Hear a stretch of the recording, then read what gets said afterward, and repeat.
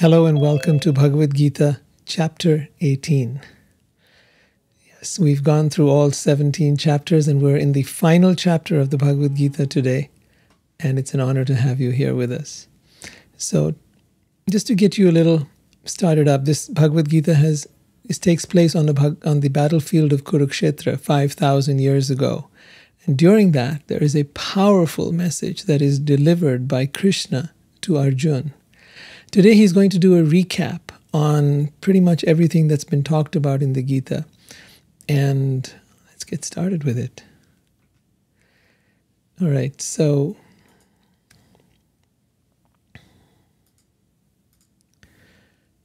I call it the ultimate spiritual realization. And we're going to begin with the chapter, with the section, different sections I've broken it up to. And this first one is renunciation.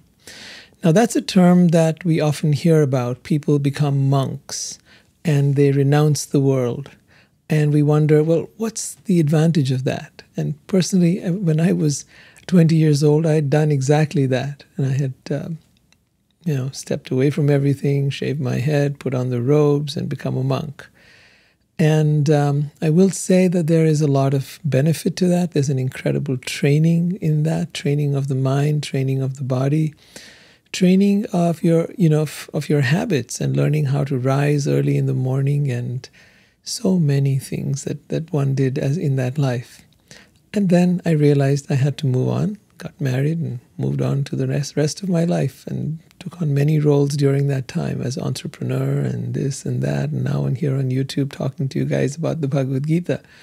So what is renunciation? Why does it matter? Is it relevant to you or is it not? Let's start by looking at this particular part of the Gita and see where it leads us. Arjuna asks Krishna. So Arjuna is the warrior, and Krishna is in that case his chariot driver, but he's proven himself to be the supreme being or God. So Arjuna's asking, I wish to understand the purpose of tyag or renunciation and sannyas, the renounced order of life. Now, there's a difference. Tyag or renunciation is something everyone can practice. Sannyas is very specific to becoming a monk, and it's called the renounced order of life. I'll explain that to you in a few moments as we get to that part. So these are what it looks like to be in a monk's life. That is Prabhupada, the founder of ISKCON, Hare Krishna movement, and who was a great inspiration for me and whose translation I'm reading from. And on the right is Chaitanya, who came 500 years ago and showed that being a monk doesn't just have to be about sitting in some ashram in some desolate place, though you can do that and you can be there in privacy, but he was out on the streets chanting and lifting his hands up in celebration of love of God. Tremendous teachings by Chaitanya. There are entire books that were translated by Prabhupada that you can read about, but that's not what we're going into today, so let's get on. So as I said, there are different stages of life that we talked about sannyas as the certain stage of life. The Vedas, or for that matter, the Bhagavad Gita, talk about different stages like brahmachari, which is the student life. From the age of 5 onwards, the child went to the Gurukul, the home of the Guru, to learn and be trained in meditation and be trained in how to connect with nature and how to connect with people.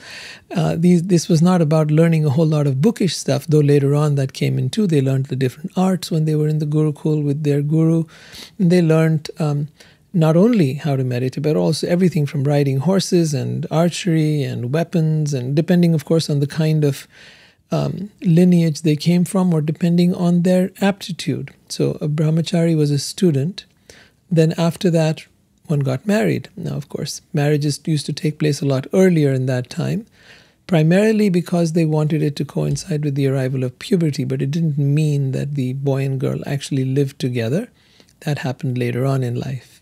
But it was a way to prevent some of the things we see happening today. It was trying to create a family life. The idea was not about sexual promiscuity or freedom or any of that, but rather to create family life and to focus that family around the spiritual development of the individuals in it. In fact, the entire society and the entire culture, to focus them, to create that focus. And with that higher purpose, It was also part of the one of the four ashrams of life, vanaprastha, or the retired.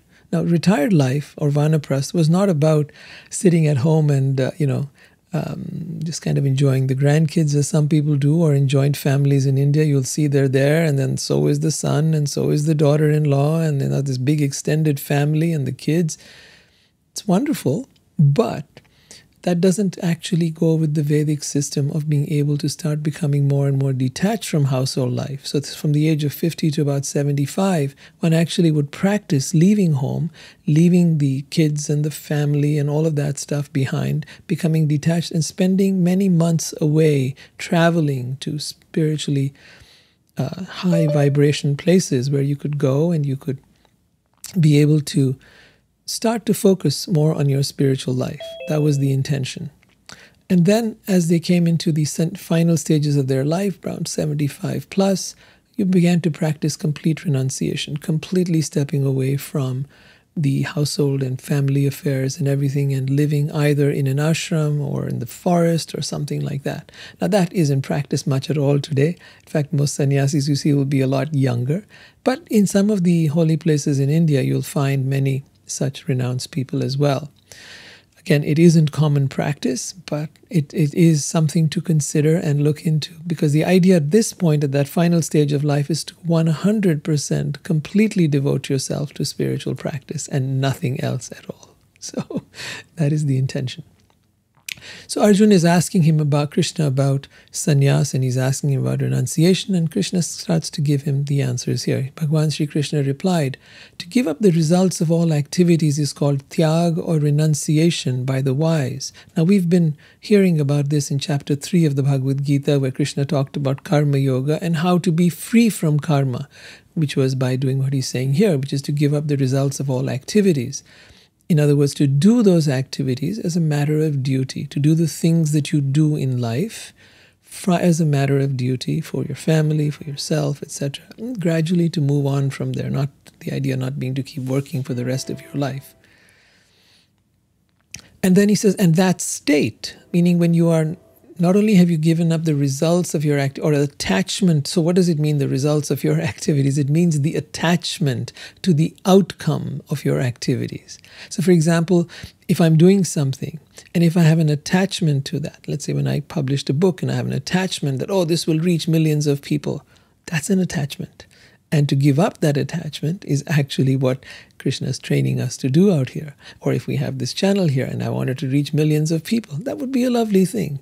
But that may not be what is in the best interest of all concerned. The idea is really to help us learn a sense of detachment from the outcomes. And you see, there are, in today's time, tremendous things that happen to people when they get huge success, financial or popularity or whatever else, and they're not ready for it.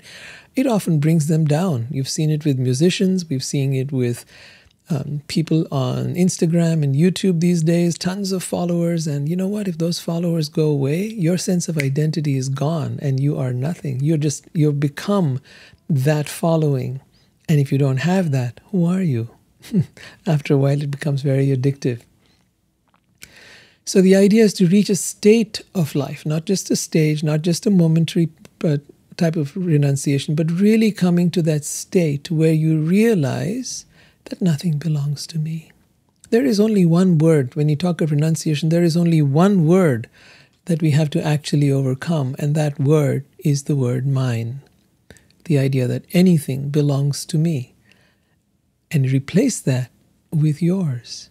Whatever I have is yours, God. Whatever I have belongs to you, always did and always will. You've given it to me to take care of in this time, and I shall do so to the best of my effort. If it is lost, it's lost. If for some reason the economy crumbles and things go haywire, or we're bombed out of existence, whatever, it's yours. You gave it to me, and one day you will take, even if I have it for the rest of my life, whatever possessions I have, one day I will have to give them all up. So it's important that I practice doing that in the course of this life.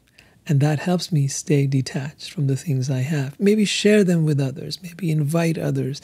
Maybe give others a feeling that this is their home. There's a saying amongst Mexican or Spanish people, perhaps, I don't know, at least in Mexico I know they have it, mi casa, tu casa. My home is your home. And that's that wonderful feeling. And I find that in India as well. They would say that my home is your home. And it's exactly with that mood that we need to live our life. So let's continue with. So we continue into text number 3 of chapter 18, and here Krishna continues saying, some learned persons declare that all kinds of karmic activities should be given up. Yet other sages maintain that acts of sacrifice, charity, and penance, now these 3 words are going to be very important, so pay attention. Sacrifice, charity, and penance, we're going to elaborate on this. These should never be abandoned.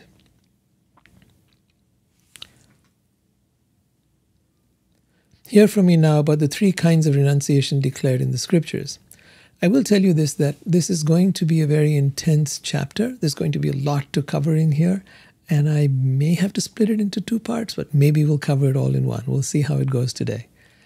Acts of sacrifice or worship are called yagya, and charity, dan, and penance, tapasya. We're going to study and understand what exactly these 3 things are, because Krishna emphasizes these 3 a lot. Yagya, dan, and tapasya. That is sacrifice or worship, charity, and penance. Why are these important? And why does he say they are not to be given up but should be performed? Indeed, they even purify even great souls. Highly advanced beings should continue to engage in these. So what is yagya? It means to honor, revere, worship through rituals and offerings along with mantras. This is how it's done in the Vedic system. To honor, revere, worship through rituals and offerings along with the chanting of mantras. Yagya is the noblest, most beneficial deed done for the greatest good to the greatest number of people. So there are many different such practices and rituals in the Vedic system. It could be as simple as having a picture of Krishna and making an offering with some incense. It could be offering your food. Whatever it is, the idea is to, in some way, honor, revere, and worship God. Dan, which means practicing generosity, practicing charity, practicing giving and contribution. What can I give back to the world? Not just what can I take, or just what can I hoard, what can I accumulate, but what can I give back? How can I contribute? How can I give? And to be in a place of generosity while doing that, to live from a place of generosity. And that's a wonderful practice because it takes us away from this mad rush to just accumulate more and more and more. The third thing he's talking about here is tapasya. Tapasya is the voluntary acceptance of discomfort by control of the mind, body, and tongue to achieve a higher purpose of life. Now that could be starting up a business, getting into a new job. It could be learning a skill, right? That's the voluntary acceptance of discomfort. But it also and more specifically means tapasya on the path of your spiritual journey. Now, there are many things on the spiritual journey that we need to do. We may think it's just by your being here and listening to it, that is part of the time you are devoting to your spiritual practice. This is, in that case, your tapasya. But there are other things. People, for example, will get up and rise early, 5, 4, 3 in the morning, and they will chant on beads or they will meditate. And that is tapasya. Tapasya is to do something additionally that is maybe uncomfortable, that is perhaps not so pleasurable, for the sake of a higher cause. And that primarily is the way in which one progresses in any field, whether it's a material field or a spiritual field. If you want to progress spiritually, it is vital that you make out time for your spiritual growth. Make sure that you have a spiritual practice that you devote and dedicate time to.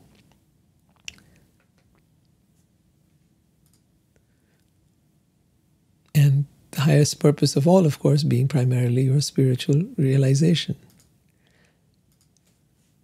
All these activities should be performed as a matter of duty without expectation of any result. So even our spiritual practice, we want to do it without expectation of any result.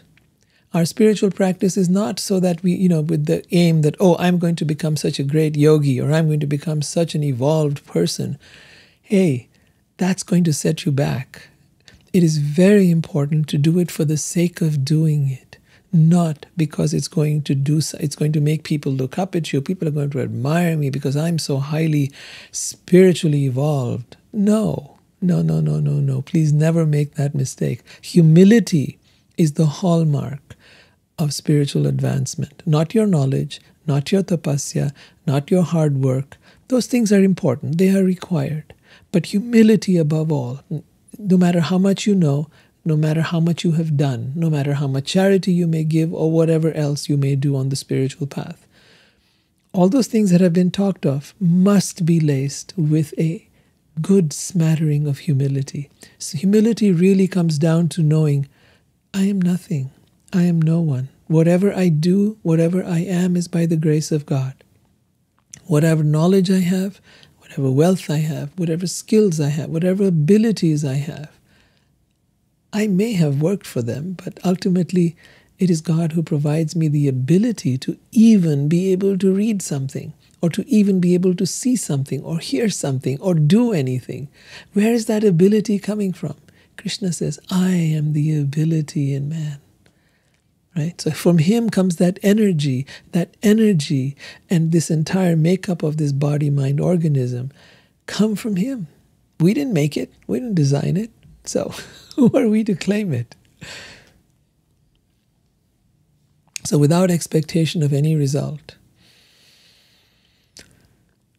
that is my unwavering opinion, Krishna says. Prescribed duties of yajna, dana, and tapasya, once again, worship, dan being charity, and tapasya being some kind of sacrifice, should never be renounced. Even a sannyasi or a monk who gives up these prescribed duties is said to be under the influence of moha or illusion and is in tamas, the mode of ignorance. I'm introducing these words to you so that you may also learn some Sanskrit alongside. So I hope you will find that useful. Anyone who gives up these prescribed duties as troublesome or out of fear is said to be in rajas, the mode of passion. Such action never leads one to receive the benefits of renunciation. I think even in business, it's often been said that one should do one's business so that we may contribute and make a difference in the lives of others, so that you may give value to your customers. I think that is a pretty common concept. And in the same way, when we do something by contributing our services, we want to do it in a way that is not for us, not for our aggrandizement, but rather for the other. What can I do for you? How can I please you? How can I be there to serve you? And it is in that mood that we need to embark on our spiritual journey and try and do and offer whatever we have learned, pass it on.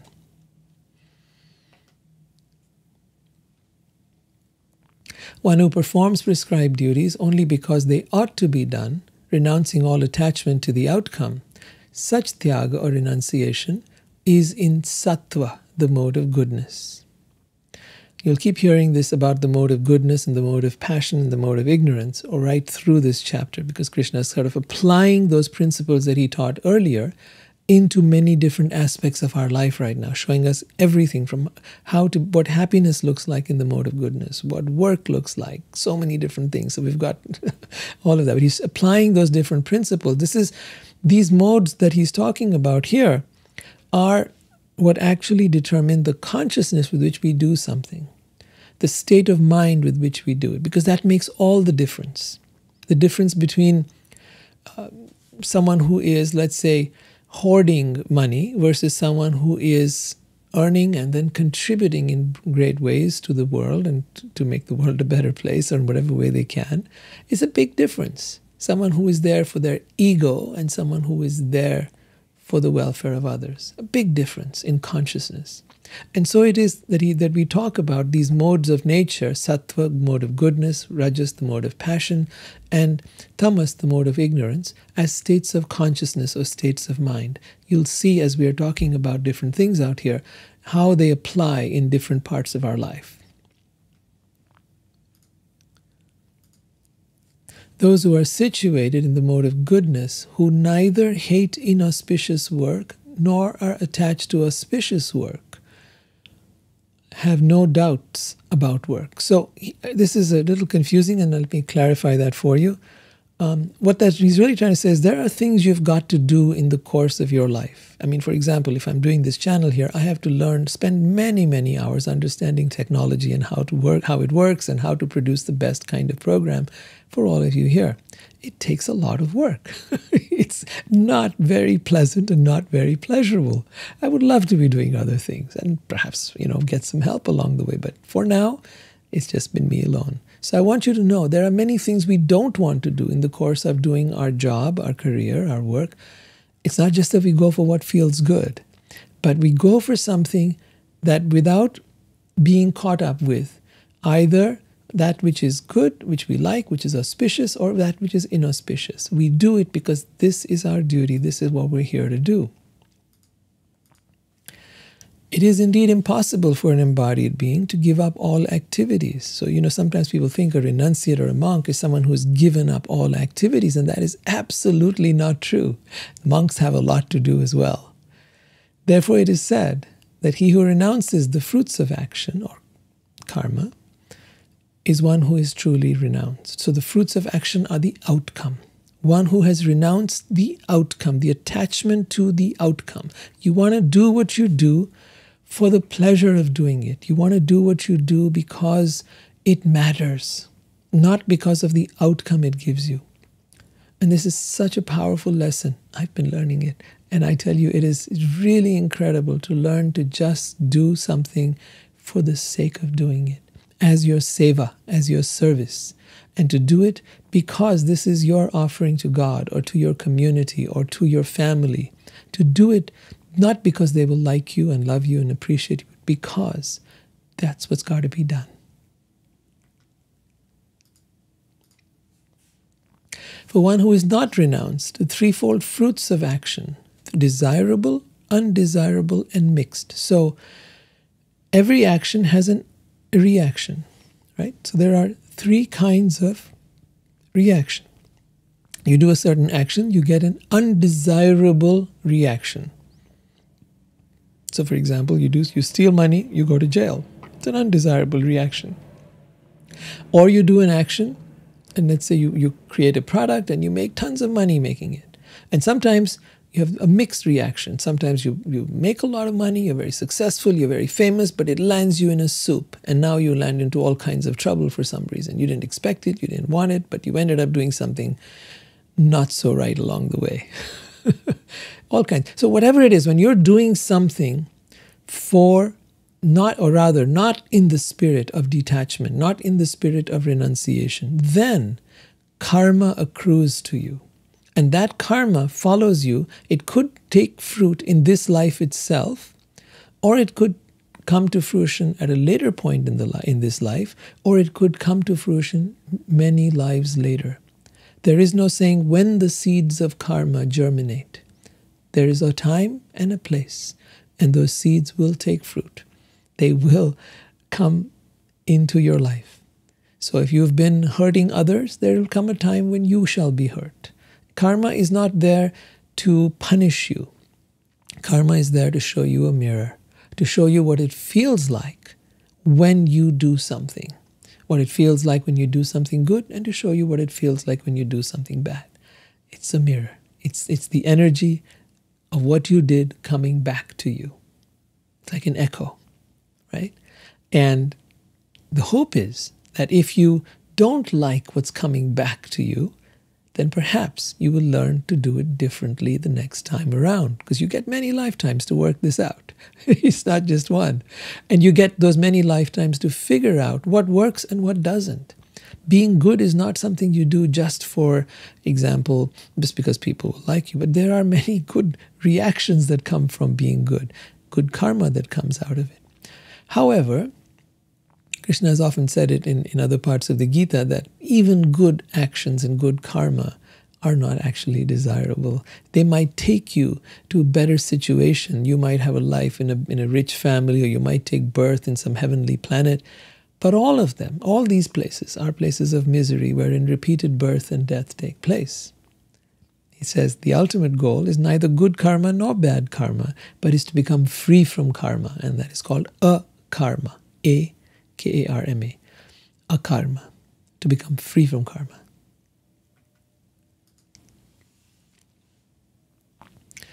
So for one who is not renounced, the threefold fruits of action, desirable, undesirable, and mixed, accrue as karma after death. But those who are sannyasi or monks have no such results to suffer or enjoy.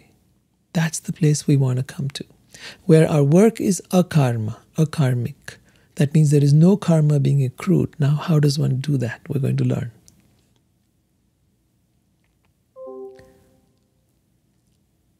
Learn from me of the 5 factors which bring about the accomplishment of all action. These are declared in Sankhya philosophy to be, and this is a little complex, so I'm actually not going to dive too deep into it. So the 5, let's go back over it.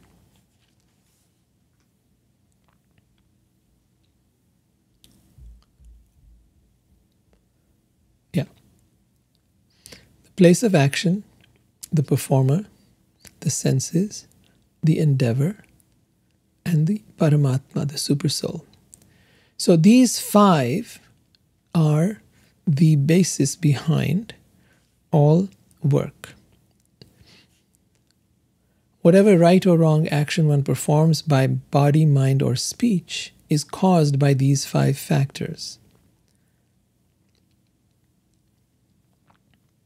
One who thinks him or herself the only doer, not considering the 5 factors, is certainly not very intelligent.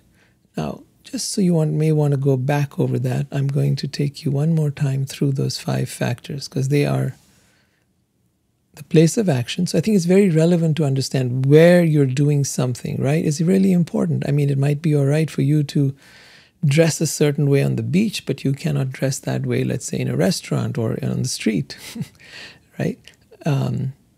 Or the performer, the person who's doing it, and the people around you. The senses, again, being sensitive to your own senses and to the senses of others. The endeavor, what is it you're trying to do and with what intention, right? What is the intention behind your endeavor? And ultimately, is it in alignment with your soul, with that presence of God that is within you? Is what you're doing in alignment with that? That is so important for us to know how to feel that and experience that. So often we have the experience that what we're doing is not okay. We feel this inner voice within us. We hear something within us telling us, hey, that's not okay, don't do it. And most of the time we ignore that voice. I would encourage you to become more and more sensitive to that voice that is trying to guide you. That is the Parama. So in the Christian thing, they will call it the conscience. Here we call it the Paramatma, the great soul, or God, who is present within you, trying to guide you. But that voice of the soul, of the Paramatma, or the super soul, or the voice of God within you, is very gentle and faint. It is not imposing. It is not pushy. It is up to you to learn to listen to that first voice, that very soft whisper that comes about before your mind takes over. And if you can practice listening to that voice, you will find yourself making the right decisions and the right places in the right time as far as possible. So it's a practice and it takes time, but do cultivate that. It's so important in life.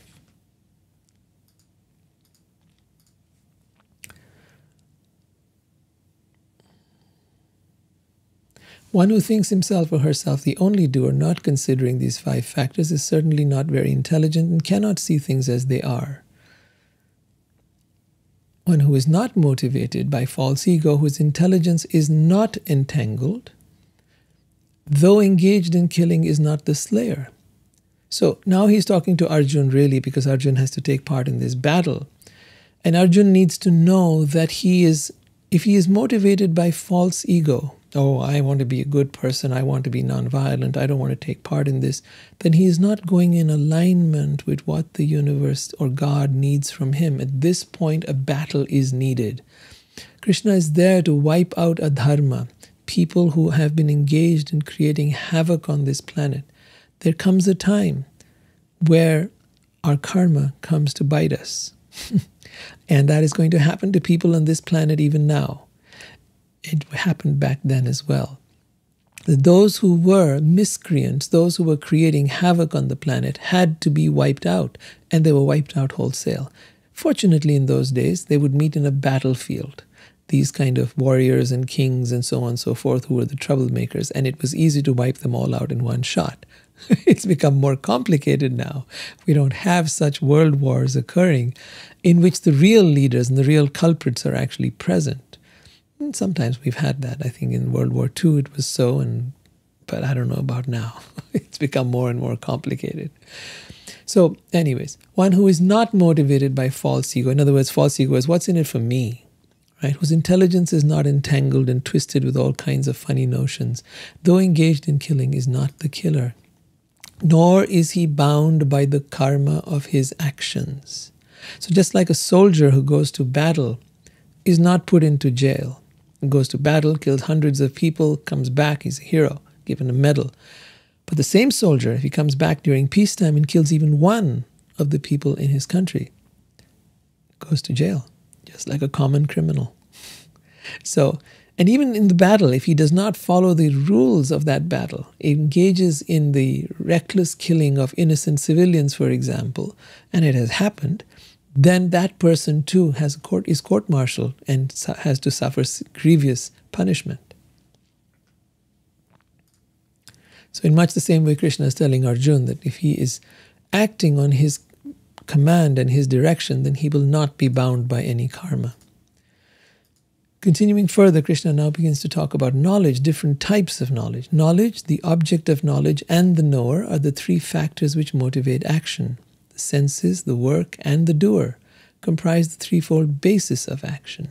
There's so much to be talked about in here, and because I'm trying to cover the entire chapter, I don't think I can give it enough justice. So I'm going to go a little faster here, let you meditate on these, and perhaps you'll come up with it in the questions. We can take it there.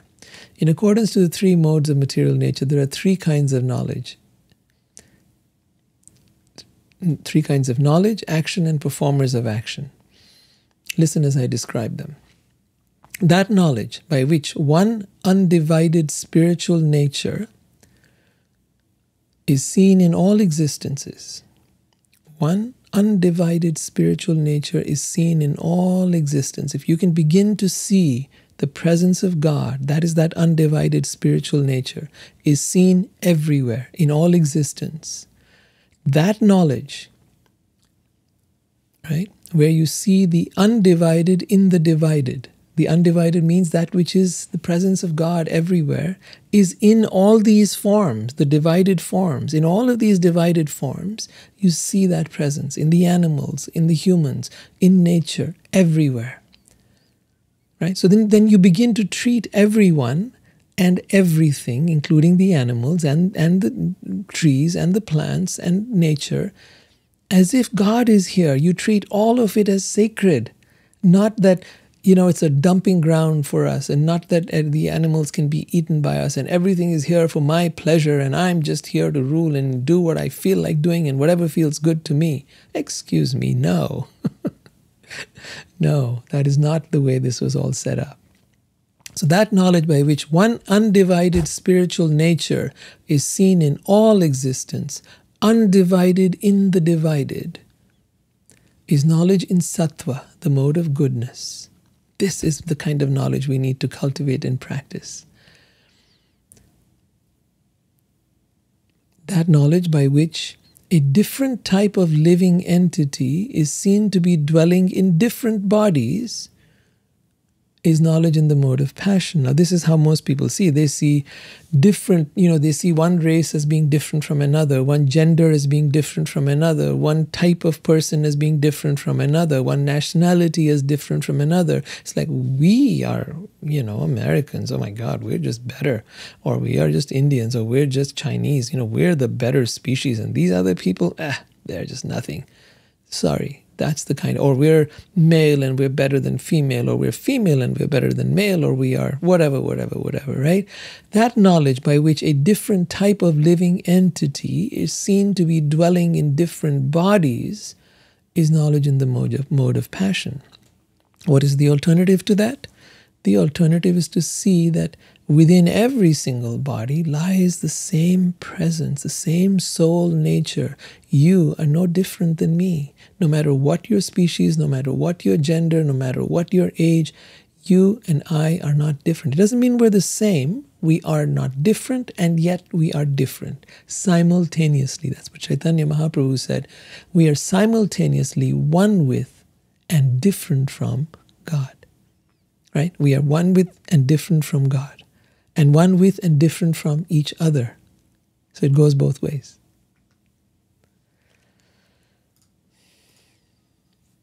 That knowledge by which one is attached to one kind of work as the all-in-all, without knowledge of the truth, and which is meager without higher purpose, is said to be in the mode of darkness. Now we come to action. Action which is in accordance with duty, which is performed without attachment, love, or hate. So when he says duty here, he's referring to your dharma, your nature. When you act according to your nature, then he broke it down that there are two qualities by which society was divided into the Brahmins, Kshatriyas, Vaishyas, and Shudras, and that is according to your aptitude, your guna, or rather the three modes of material nature, so that your guna within that, in your aptitude, and your karma, and your actions.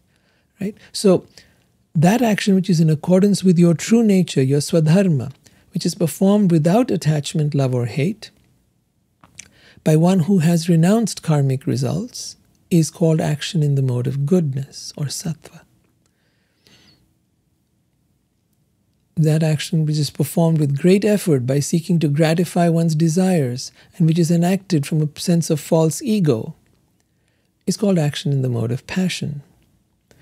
And that action which is performed in ignorance and delusion without consideration of future karmic bondage or consequences, which inflicts injury and is impractical, is said to be action in the mode of ignorance. In other words, you have these greedy corporations that will do whatever it takes for their shareholders, or to make a ton of money, or to show a lot of profit, regardless of the consequence it has on the people that they are selling to.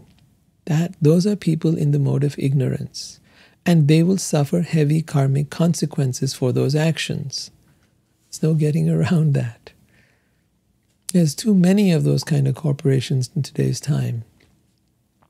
The person who is free from all material attachments and false ego, who is enthusiastic and resolute and indifferent to success or failure, is working in the mode of goodness. Keep these points in mind. This is what we need to learn. The person who is free from all material attachments and false ego, who is enthusiastic and resolute, and who is indifferent to success or failure, is working in the mode of goodness. So very, very important points to keep in mind.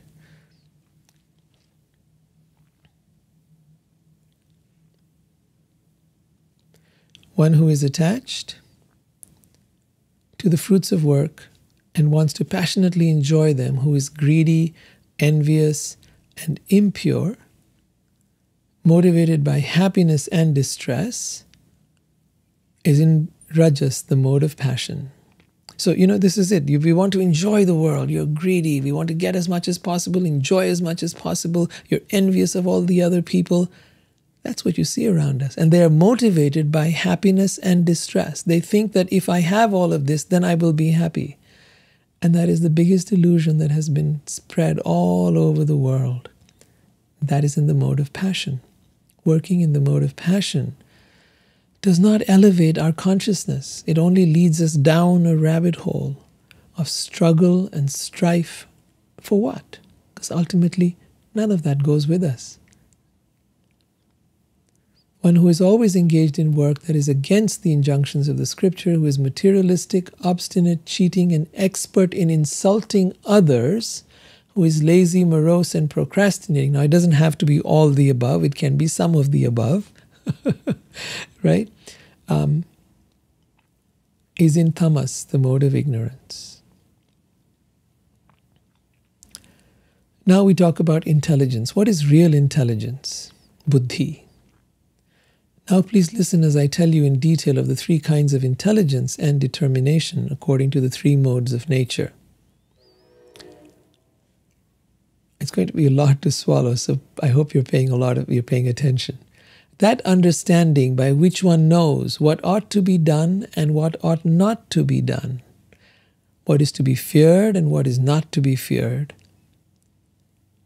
what is binding meaning what implicates you in karma, and what is liberating or frees you from karma, that buddhi or intelligence is in sattva. So knowing what ought to be done and what ought not to be done, what is to be feared and what is not to be feared, what is binding and what is liberating, that buddhi or intelligence is in sattva, or the mode of goodness.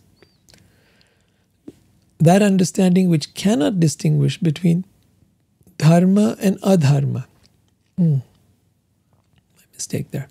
Dharma and adharma, between action that should be done and action that should not be done, that imperfect buddhi or intelligence is in rajas, the mode of passion. And that understanding which considers adharma to be dharma, and dharma to be adharma. In other words, you think those who are doing things that are to help others are a bunch of idiots, and the people who are ripping people off, this is what is good and this is how we should be. Such people are under the spell of illusion and darkness and strive always in the wrong direction. Such understanding or buddhi or intelligence is in the mode of ignorance. Then we talk of determination now. That dhritya or determination which is unshakable.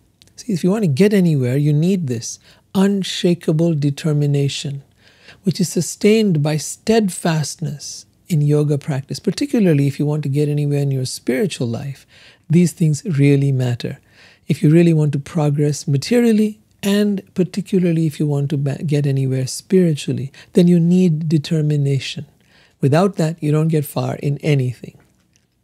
So that determination, which is unshakable, like you're not going to waver on this path, on the spiritual path that you have begun to walk on. You're not going to be daunted by circumstances that come up. And you're steadfast in your practice. And thus controls the mind, life, and senses. So you see that determination now controls your mind, your life, and your senses. See, unless you have a higher purpose in life, unless you have something that you're aspiring for that is more than yourself, to become more than you are right now, unless you have that, and that determination, that steadfastness, that resoluteness, then you will not get there. And particularly on the spiritual path, that is extremely important. It is that sense of focus, that sense of determination that then helps you control the mind, to take charge of your life and your senses. Because all of that needs to be focused and directed. Otherwise, we're haywire, scattered between one thing and another, between this temptation and that temptation, between this wonderful thing and that wonderful thing, and all the lovely things that life has to offer us. I'm not saying you shouldn't enjoy those, but you need to keep your focus clear. You need to keep your sense of where am I going, what is my life about, and am I on target or not? That is super important. So such determination is in the mode of sattva or goodness. And that dhritya or determination which is focused on dharma, artha and kama. Dharma meaning on religious practices, sensual desires, and financial gains. If these are the three things you're looking at, dharma, artha, and kama, then that is referred to as in the mode of rajas or passion. There's no higher purpose in that, right? You're doing religion, why? So that you can get money. You want to get money, why? So that you can enjoy your senses. And you just want to be, that's your whole life, right? You see religion as a way to go to God and say, here's $5, God, give me 5 million, right? I'm going to use God. I'm going to use religion. I'm going to use my spirituality. Like you now see even with the New Age community, you see the same thing happening. Oh, I'm going to manifest and become a multi-millionaire. It's the same nonsense. It's the same nonsense as Santa Claus giving you gifts for Christmas. It's the same nonsense as trying to go to God and pray for stuff. And now we've got these people who want to talk about the law of attraction. Why I want to attract this stuff, they don't even ask themselves, why am I trying to attract what I'm trying to attract? Is the idea that it will make me happier? Well, has it made anybody happier? No. So then what are you doing? Wake up. It's all right. If you got it, you got it. It's fine. No problem. If it comes to you without much effort, lovely. Go for it. But keep your focus on your spiritual part, on your spiritual progress, because that is your real wealth. Your real wealth is that wealth which cannot be destroyed by time. That wealth which you will take with you even when you die and when you leave this world. And that is not the stuff of this world. It is your spiritual growth and spiritual evolution, the stuff you worked on to evolve your soul. That will go with you eternally. That is your eternal wealth. And that is never lost. And how do I know?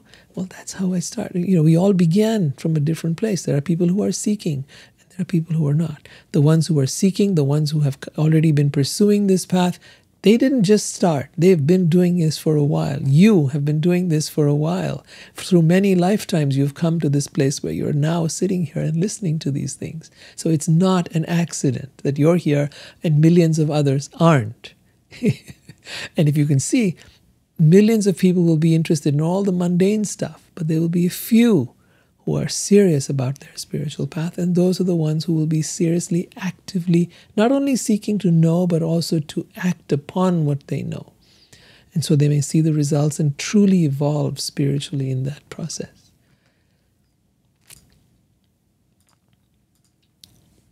That dhritya, or determination, which cannot go beyond dreaming, fearfulness, lamentation, moroseness, and illusion, such unintelligent determination is in the mode of tamas, or darkness. You see a lot of people like that. They'll do a lot of dreaming. They're sitting around smoking weed. They're afraid of really taking risks or chances. They're complaining about what somebody else did. He did this, she did that, and daydreaming their life away. That's in the mode of tamas, or ignorance, darkness. And this one is really exciting. This is about happiness, and this one is really a really interesting point. Now please hear from me about the three kinds of happiness with which the conditioned soul enjoys, and by which he sometimes comes to the end of all distress. That which in the beginning may be just like poison, visha, but at the end is like amrit, or nectar. So that which in the beginning seems like poison, but at the end turns into nectar, and which awakens one to Atma Buddhi, self-realization, is said to be happiness in the mode of goodness. So even in the pursuit of our materialistic life, we see this happen. Sometimes we have to work very hard for some outcome. And when we have that, what was hard work and was painful to get to eventually leads to some fruitful thing that we can get to enjoy perhaps for a long time. But if it is applied to our spirituality, then it's even more so, because that leads to the ultimate benefit, the ultimate wealth, the ultimate treasure, right? The awakening of that which lies within us and for which we came and incarnated on this earth. That was the reason why we came here, and we have lost sight of that. But now, as you begin to cultivate that, you begin to experience the highest form of happiness that there is. And that's what is being talked about out here. That which in the beginning may be just like poison. So if you want to meditate or chant, I know how much I struggled to do that. It felt like poison. My mind raced like crazy. And then it turned to amrit, or nectar, as the mind settled down and was able to taste that inner beauty that lies within me and you and all of us, and which awakens one to Atma Buddhi, or self-realization, is said to be happiness in the mode of goodness. That happiness which is derived from contact of the senses with their objects, which appears like amrit, or nectar at first, but turns to visha, or poison at the end. Right? So many times we get into this, this thing where we have this great relationship and it appears like so incredible. And then a year passes, 2 years, 5 years, and people are fighting like cats and dogs, and it's turned to poison. It went from being nectar to becoming poison. And we see this all again and again because it is driven by our senses. We were driven by our senses. We were not driven into that relationship because it was going to uplift us spiritually or going to support us in our spiritual journey, but rather we were driven because this person was so attractive and sexy and wonderful, and we just couldn't take our eyes off them. And now we're in this mess that we're in because we started off with a premise that was faulty to start with. So that happiness which is derived from object contact of the senses with their objects, which appears like amrit or nectar at first, but visha or poison at the end, is said to be in rajas, the mode of passion.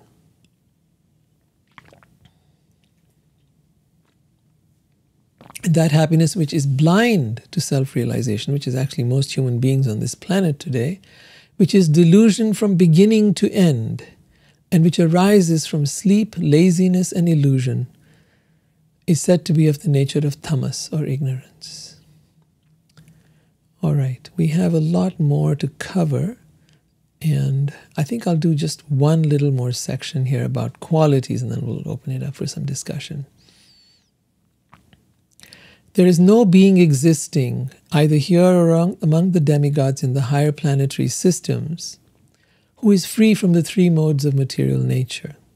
So no being on this planet or anywhere in the universe, even amongst the alien beings, who is free from the three modes of material nature. And now he comes to talking about the different kinds of people. They divided society in the ancient times into Brahmins, who were the priests, Kshatriyas, who were the warriors, Vaishyas, who were the business people, and Shudras, who were laborers. Are distinguished by their qualities of work. So keep in mind, it was not by birth as it became later on and became the caste system. That was never how it was meant to be. They are distinguished by their qualities of work. And he goes further to explain that.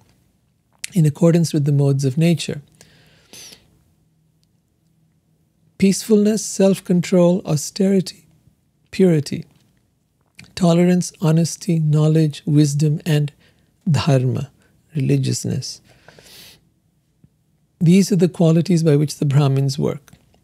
So it's not enough to be a Brahmin or a priest just by wearing some clothes or being born in a Brahmin family. I'm sorry, that does not apply. You are not a Brahmin. No matter that you go around in a priestly garment and having that as your job or occupation. The real signs of a Brahmin are given here. Peacefulness, self-control, austerity, purity, tolerance, honesty, knowledge, wisdom, and knowing what kind of spiritual practices to engage in, and teaching that to others.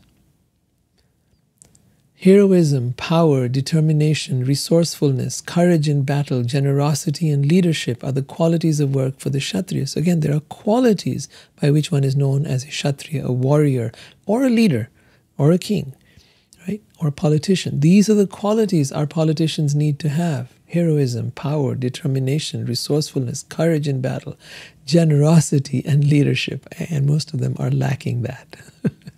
They just know how to convince us about all kinds of stupid things. Lead us down the path that leads nowhere. Farming, cow protection, and business are the qualities of work for Vaishyas. And for Shudras, there is labor and service to others. So I was saying earlier, I think we'll stop here and open this up for discussion. I'm sure for those of you that have been listening very intently, there'll be a lot on your mind. And let's open it up and let's see what you've been thinking. So if you have any questions, I'd love to hear them. I'd love to hear what you've been thinking, what you've made out of all this. We have more to do. This is the first part of the 18th chapter, and we'll do a second part in which I think I'll be able to complete the rest of it. And after that, of course, we begin the Srimad Bhagavatam, which I'm super excited about and really looking forward to. All right. Any of you have any questions, please let me know, and let's put you up on the screen now.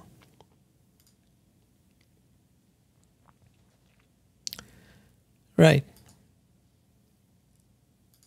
Does anyone have a question? Anyone who'd like to ask anything in particular?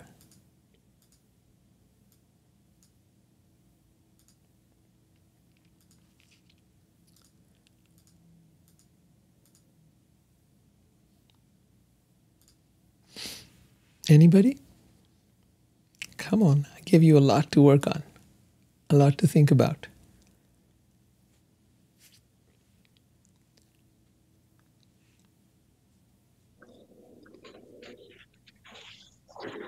Rohit, it's Rima, hi, how are you? Yeah, I'm well, thanks. Good to You have you talk here. about yagya, yagya, Yagya, yagya, yes. yagya. That's not yagna. It's Yagna, kind of like yagya, same thing. Yagna, same. yagya is same thing. So yagna, I think of as a fire sacrifice, a Yes. ritual fire sacrifice. Fire sacrifice is a type of yagya. Marriage is a type of yagya. Yagna, yagya, because it's actually gya. The letter is gya in Sanskrit if you read that. But then when they bring it into English, they put in J and A or whatever, and they put it different ways, but we have to know the original. And so also is the Namkaran. When someone is born, they have different yagyas and different, kinds of rituals for different type stages of our life. So when a baby is born, when you move to a new house, to purify the environment, they have these different rituals. But ultimately, yagya becomes worship. You go from, so even rituals that are there for worshiping God, those rituals, like you have at a temple and they're offering incense and flowers and different things to God. But ultimate yagya, the ultimate worship, is to give your heart to God. There is nothing more profound than that, right? To be able to actually devote yourself. So the ultimate yagya is devotion. And prior to that, there can be many different stages along the way. Then again, not everybody seeks that. So it's not something to be imposed on anyone. The Vedic path is not about imposing one set of things upon everyone. It gives a series of options. So for example, you've often brought up the idea of Advaita. And that is the path of self-realization, the path of becoming one with God. But next chapter, the second half of this chapter, we're going to read about these different things. So the yagya can be of different kinds, according to the person and their mentality and the time and the situation. So when you're a householder, there are certain yagyas you will do. When you are trying to devote yourself to spirituality, there are different yagyas you will do. And the ultimate yagya of all, ultimately, is not just about putting something into a fire, but is the yagya of your life, is to devote your life ultimately into your spirituality. Whether you do that at the end of life or you start it now, the longer time you spend on that, the more growth you make. The more devotion just like they say in a yagya when there's a fire, the more ghee you pour into the fire, butter you pour into the fire, the bigger the fire gets, and the more it consumes that, and bigger the offering is. So similarly, the more of your life energy you put into your spiritual path, the more you will evolve and grow. Right? So what you put in is what you get out, ultimately. It's a great metaphor with the ghee and the fire. Thanks. Is Krishna at any point making the point that these rituals should all be done with awareness and with the right? Oh yes, in that particular part, exactly what we were reading earlier. In that too, he says there's different kinds of yagya. Yagya that is for material gain, right? And that is in the mode of passion. Then there is yagya because you simply want to control and dominate and rule over. So if you look at, the Rakshasas, the demonic people who wanted to gain great power so that they could control others and they could, do whatever they want to with others. That is in the mode of ignorance because it's not designed to benefit. It's designed to harm others for your own aggrandizement. Now, in Rajagun, it will be in the mode of passion. It will be because you want to enjoy and you want to have wonderful things. So that's in the mode of passion. In the mode of goodness, you're actually looking at doing those same rituals for the benefit of others. And then ultimately, or maybe even just for your own spiritual growth, and then for the spiritual growth of others. So that's when you enter into the mode of goodness. Now it's not about me anymore. It's about how can I serve you? What can I give to you? But doing it for your own spiritual growth is in the mode of me. Yes, in the beginning it is. And then if you take what you've got, just like if you accumulate wealth, there's no harm in that, have that wealth, but as you begin to share that, distribute that, now you are getting free of that attachment. You're getting free of the me. If you only do your spiritual growth for your self-realization, for your spiritual growth, and do not share it with others, then again you'll be locked into that trap of me. And that's why it's so important that whatever you learn, try and share it with others. Don't impose it on anyone. Never try to push it down anyone's throat. But, get people to think, get people to question, get people to ask, and wonder, and see those who are seekers. And those who are seekers, bring them here. We'd love to be able to meet them and, hear their questions and know what they're thinking and how we can support them. Right? Seekers tend to somewhat naturally congregate, don't they? They do. Seekers do tend to find each other. And there's a unique kind of seeker who's here. I mean, I've talked to many of the people here, and there's a unique kind of person here who doesn't want to be in any kind of box, at least because that's kind of where I come from either. I don't want to be in one box. I'm happy to learn from every school of thought, whether they are Buddhists or they are Advaita or they are Bhakti. My passion and preference is definitely Bhakti, but whatever supports that, I welcome it. Right? And wherever I can get anything from psychology, from self-help, I don't care, as long as it supports that journey, then it is useful. So I'm an equal opportunity, taking the benefit from wherever I can. I'm not going to stop at one thing or limit myself. And there are many people who do. There are followers of the Gita, followers of the Bible, and so many of these other teachings who will only read their text. But I'm happy to read from the Bible or the Quran or whatever else it is. Give me wisdom. I am thirsty. I am hungry. That has never stopped, and it never will, I hope. And I can tell you this, I will never believe that I know, or that I know enough, or that I've arrived. There is no such thing. It is an endless seeking. Thank you. You're welcome. Does anyone else have a question? Feel free to ask.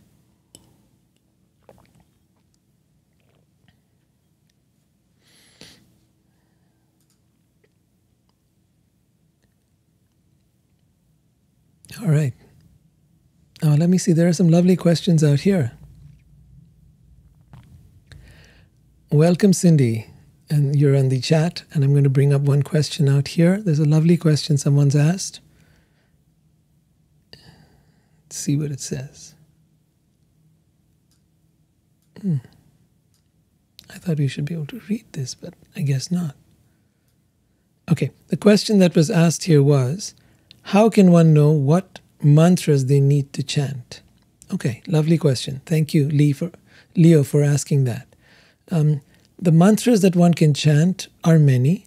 The most basic of all mantras that is there in the beginning of any Vedic practice is Om. So you can start with Om if you like. And Om is chanted like this. A, U, Ma. It's chanted in 3 parts. And the way you do it is take a deep breath.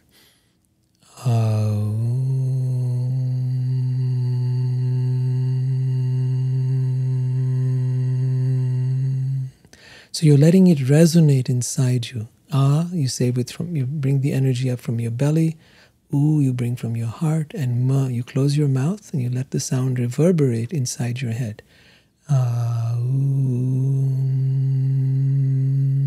So that's your basic. The other mantra that I found very powerful is the Hare Krishna mantra. Hare Krishna, Krishna Krishna, Hare Hare. Hare Ram, Ram Ram, Hare Hare. It is simple. It is recommended for the Kali Yuga. That is this age of quarrel, hypocrisy, and dissension that we live in right now. It is recommended as the simplest and easiest mantra for this age. And therefore the practice is very effective in cleansing the heart. Chaitanya Mahaprabhu says, Cheto Darpana Marjanam, that the heart is like a mirror. And if you want to cleanse the mirror of your heart, which means of your consciousness, then chant this mantra. Cheto Darpan. Darpan is a mirror. Cheta means consciousness. If you want to cleanse the mirror of your consciousness, Marjanam, then chant the mantra Hare Krishna, Krishna Krishna, Hare Hare, Hare Ram, Ram Ram, Hare Hare. This has been the recommendation for this age, and so I'm passing it on, that information. There are many thousands of mantras, and you'll find many of them on the different channels you have right now, such as YouTube, such as Apple Music, Spotify, etc., etc. The beauty of a mantra is this, that a mantra, when you chant it again and again, it now takes over your mind. Meaning to say, instead of all the other rubbish that is going on in your head, instead of all the chatter that is going on, now you're singing the mantra. And the mantra, like the word Om, Krishna says, I am Omkar. I am Om. So that is a divine mantra. It is the name of God within that little symbol of Om. And within the Hare Krishna mantra, same thing. Hare, Krishna, and Rama. There are 3 words involved. The names of God. You're chanting the names of God, and those names of God now become remembered. There are 3 stages. Shravanam, that is listening to the mantra. Second is Kirtanam, speaking the mantra. And then finally, remembering the mantra. Now it becomes automatic. It becomes programmed into your head, and now it keeps playing automatically. This takes time, of course, but that's the point of it. That's actually the remembrance. And you'll find that even in the early stages, the mantra is now there. Instead of some song, instead of something somebody said, it's the mantra that is now following you wherever you are, and it's become part of you. So it's great beauty in that. Thank you for that lovely question. Any last question? I've got 1 more minute, and then we'll stop. All right. With that, we'll end for today. We'll be back with the second part of Chapter 18 next week. Thank you, and have a wonderful week. Take care. Hare Thank you, Krishna. Rohit. Jai Shri Radhe Shyam.